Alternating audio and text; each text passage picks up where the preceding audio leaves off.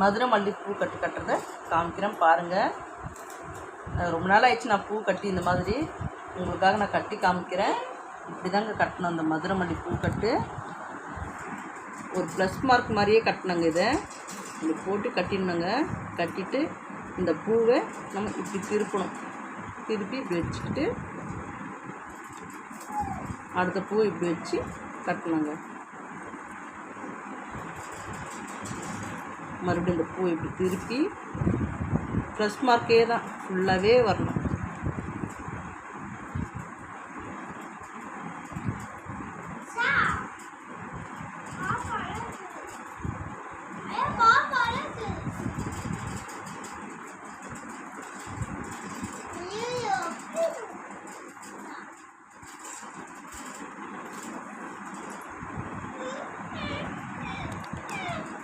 இப்படி ஸ்டெப் வச்சு இந்த பூவை காம்பு இப்படி வச்சு அது கட்டிடணுங்க. மறுபடியும் இந்த பூவை இப்படி ஸ்டெப் திருப்பிக்கிட்டு இந்த பூ வைக்கணும். ப்ளஸ் ப்ளஸ் ப்ளஸ் அப்படி வச்சு கட்டினாங்க. மறுபடியும் இந்த பூவை இப்படி திருப்பிட்டு உங்களுக்கு தெரியணுன்றதுக்காக நான் இதெல்லாம் சொல்கிறேங்க.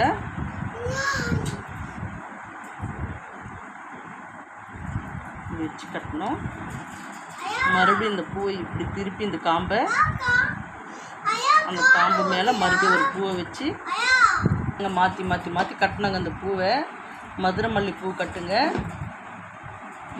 உங்களுக்கு புரியணுன்றதுக்காக தாங்க நாங்கள் இவ்வளோ ஸ்லோவாக நான் வச்சு காட்டுறேன் உங்களுக்கு.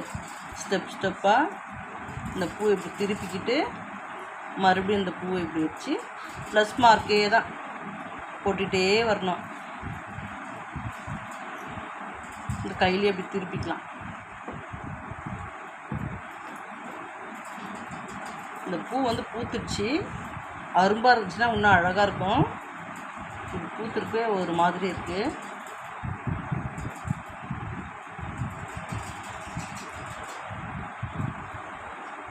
ப்ளஸ் ப்ளஸ் ப்ளஸ்ஸாக வச்சுட்டே வரணும். ஊசில் கவுத்தா மாதிரி இருக்குங்க அந்த பூ பாருங்கள்.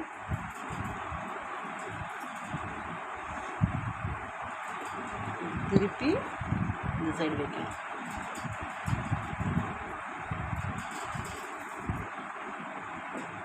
இப்படி வச்சுட்டு வந்தீங்களா, இப்படி திருப்பி இப்படி பிடிச்சிக்கிட்டு அந்த பூவை மறுபடியும் இந்த மாதிரி ப்ளஸ்ஸாக இந்த சைடு வச்சு கட்டணும். பாருங்கள், மதுரை மல்லி பூ கட்டு இப்படி தாங்க இருக்கும்.